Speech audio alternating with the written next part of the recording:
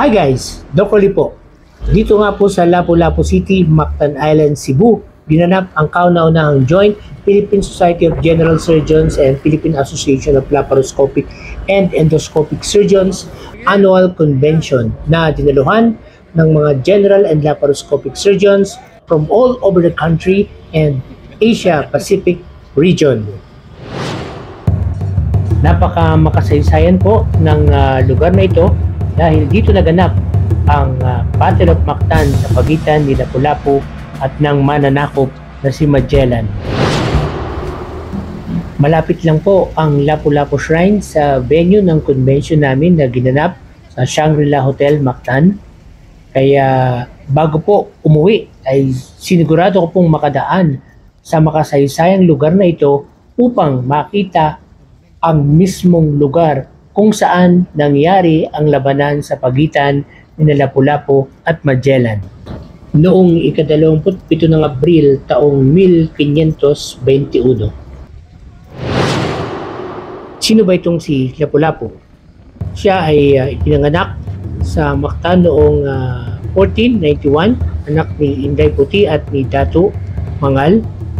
Naging isang pinuno ng Mactan, isang datu na hindi kumilala sa kapangyarihan ng Espanya at sa pagkakatalaga ni Ferdinand Magellan kay Raha Humabon bilang pinuno ng Cebu at ng Mactan. At nang lumusob si Ferdinand Magellan sa isla ng Mactan kasama ang 8 nitong sundalo at 4 na tauhan ni Raha Humabon, pinamunuan ni Datu Lapu-Lapu ang kanyang mga kawal upang magapi ang mga mananakop. At tumanggi siyang ibigay kay Raha Humabon ang bangkay ni Ferdinand Magellan at binantahan pa ito na sasalakayin ang Cebu kung hindi makikiisa ito sa pagpaslang sa mga nalalabi pang mga kasama sa ekspedisyon. Bilang tugon, nagpatawag ng isang piging si Raha Humabon at doon ay pinaslang ang mga nalalabing pinuno at mga kasamahan sa ekspedisyon ni Magellan. Sino nga ba itong si Ferdinand Magellan? Siya ay isang Portugesong marino na isinilang noong Pebrero 1480 sa Sabrosa, Portugal. Siya ay sumikat bilang kauna-unahang marino na nagplano at nakaikot sa buong mundo sa pamamagitan ng paglalayag.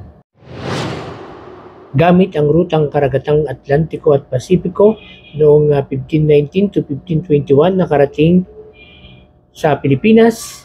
Noong ika-16 ng Marso 1521 nakipagsandugo blood compact kay Colombo o Raha Colombo ng Limasawa, Southern Leyte. At noong Marso 28, 1521, nagpakilala sa Kristyanismo sa Pilipinas. Si Ferdinand Magellan na nagbigay ng imahe ng Santo Niño kay Juana, ang asawa ni Raha Humabon, at nangako ng proteksyong militar at itinalaga itong si Raha Humabon bilang pinakamataas na pinuno ng Cebu at Mactan. Hindi siya kinilala ni Lapu-Lapu, isa sa mga pinuno ng Mactan, kaya nilusob niya ang Mactan at doon siya ay nasawi noong ika-27 ng Abril taong 1521.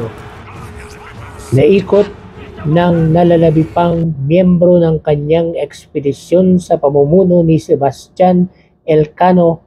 Naikot nila ang buong mundo noong 1522. At dito nga po sa spot na to na may marker, meron pa pong painting na naglalarawan ng labanan ni na Magellan at Lapu-Lapu, pati na ang kanilang mga tauhan. Dito po mismo sa spot na ito namatay si Ferdinand Magellan.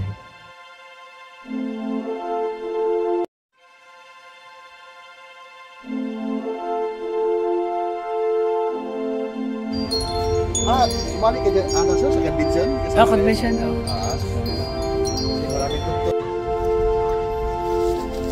Lapu-Lapu. Bago po umuwi, dadaan muna tayo dito sa Susan upang bumili ng pasalubong. Malapit lang po sa convention site ang airport, ang Mactan Cebu International Airport na pinagmamalaki ng mayor ng Lapu-Lapu City bilang isa sa pinakamagandang airport sa buong mundo.